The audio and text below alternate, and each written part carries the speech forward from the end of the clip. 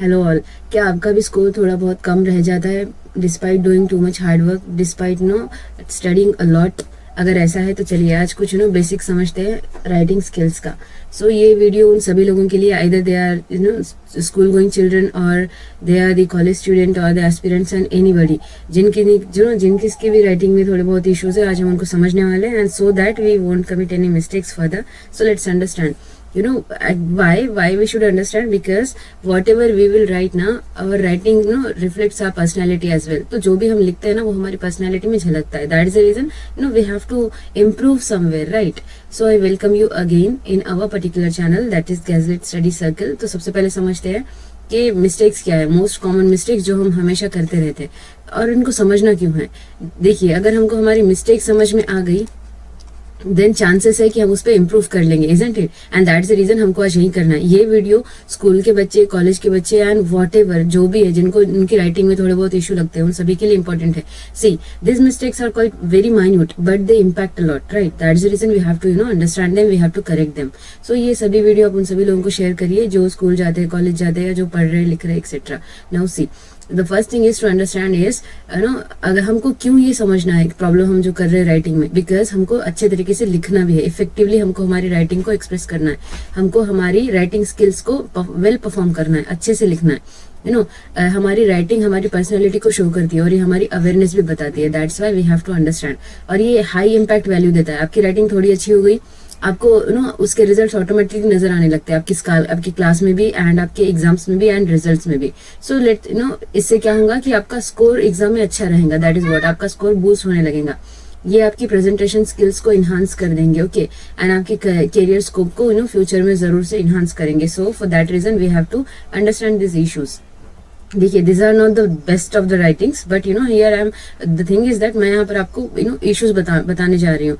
C how we are writing here and how we are using certain words here and see this is the margin line and इसके बाद भी कुछ लिख दिया गया है. So this are some of the issues we do commit.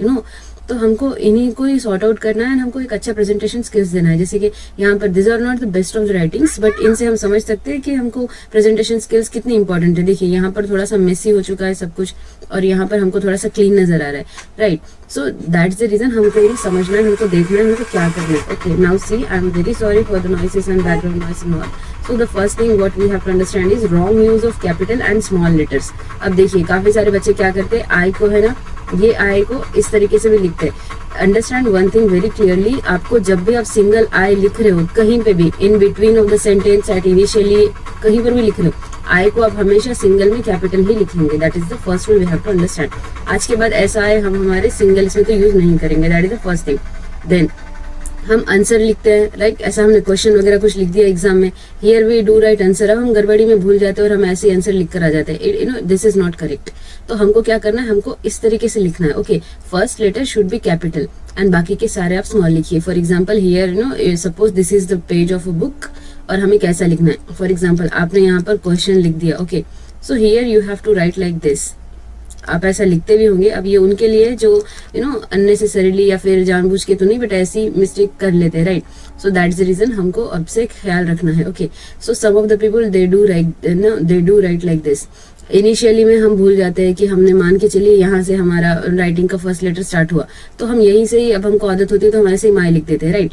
अगर से ये वर्ड कहीं पे यहाँ से सपोज यहाँ से हम लिख रहे माई स्कूल समथिंग, तो हमारा एम हमेशा यहाँ पर कैपिटल होगा.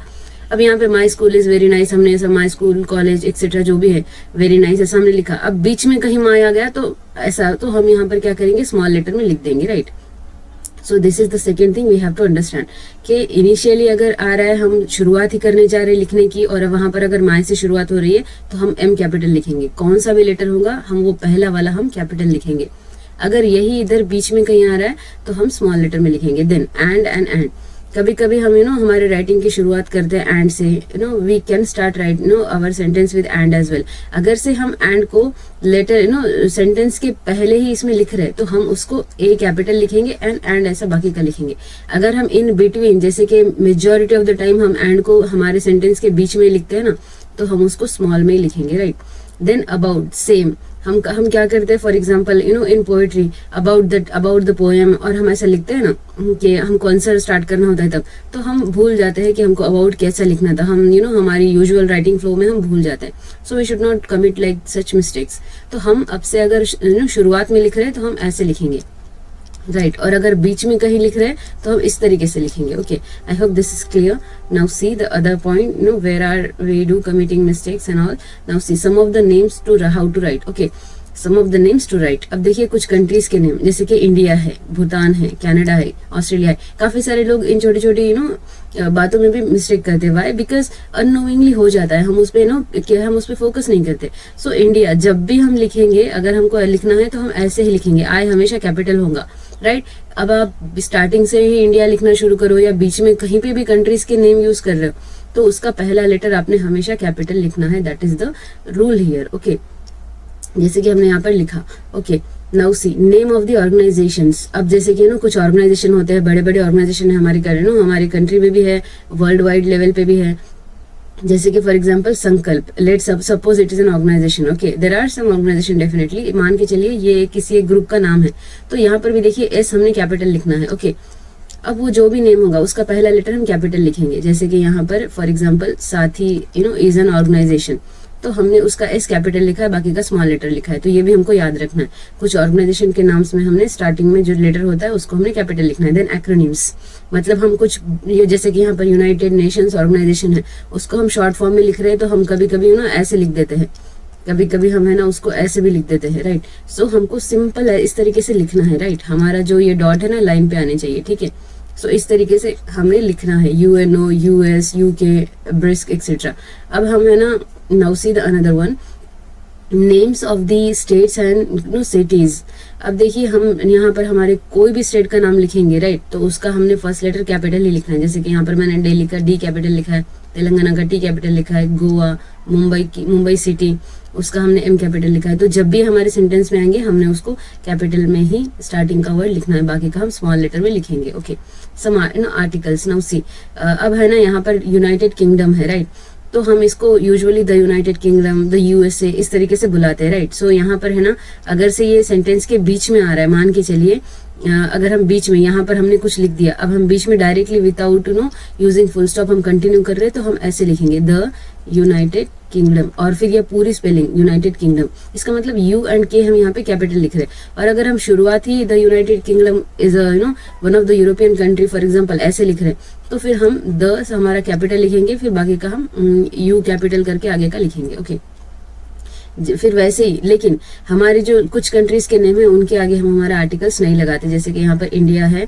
हमने सिर्फ सिंपली हम I कैपिटल लिखते हैं और इंडिया, दैट्स इट। जैसे कि यहाँ पे नेपाल भी है। Okay, so I hope you have understood this rule as well. Now see the next one, punctuation marks. See, I have there are so many punctuation marks, बस मैंने कुछ important चीजों को लिया है जो हम अक्सर यूज करते हैं, right? Now see, always use full stop at the end of the sentence. अब यहाँ पर मान के चलिए आपने एक सेंटेंस लिखा, I always enjoy my day, ठीक है।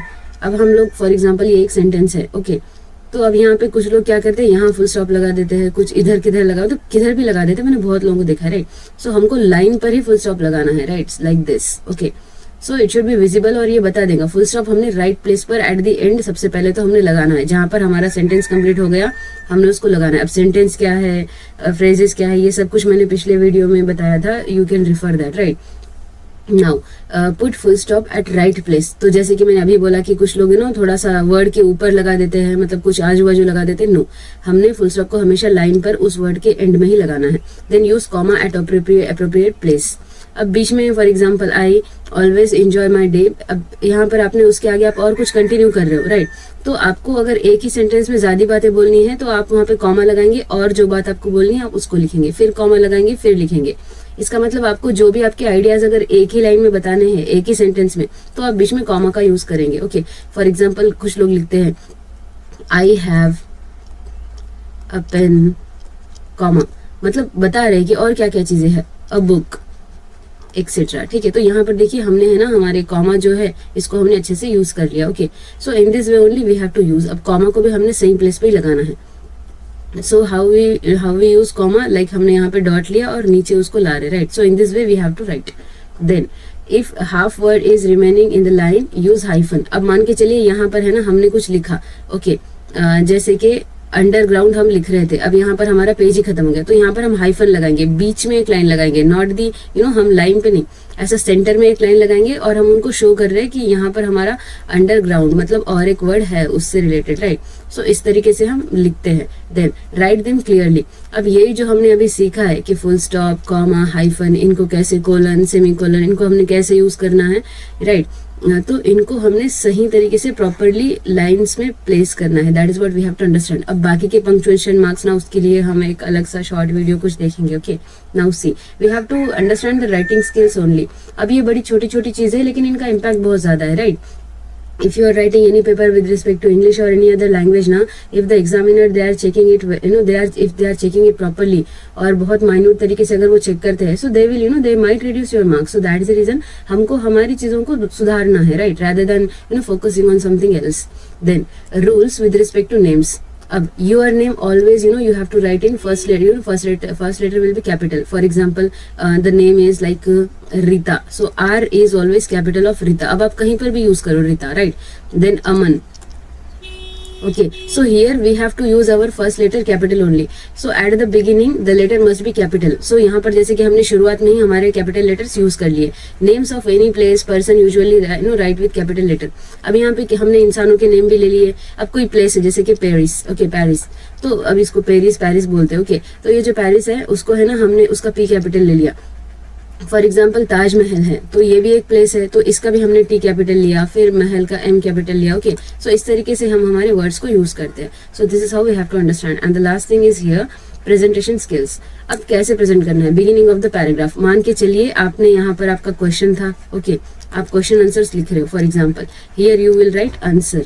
ओके, अब आपने ऐसे ले लिया and then you have underline it. अब आप यहाँ से स्टार्ट कर रहे हो. अब आपने मान के चलिए यहाँ पर कोई एक वर्ड यूज कर लिया, लेट्स से माय समथिंग, यहाँ पे आपने लिख दिया. ओके, आपने 2-3 लाइंस यूज कर ली.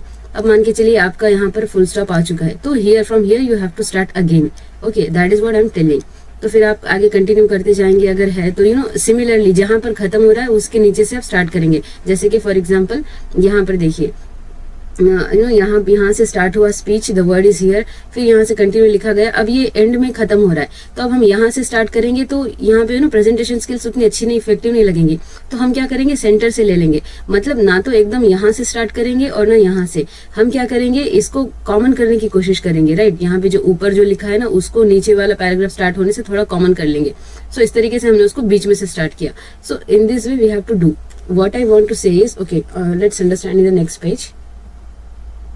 नाउ सी, ओके, तो हम रिवाइज थोड़ा ठहर के करेंगे. First we will understand. Okay, so imagine, suppose आपने यहाँ से लिखना स्टार्ट किया है कुछ भी. ओके, इतना आपने लिख लिया. Okay, here also you have written.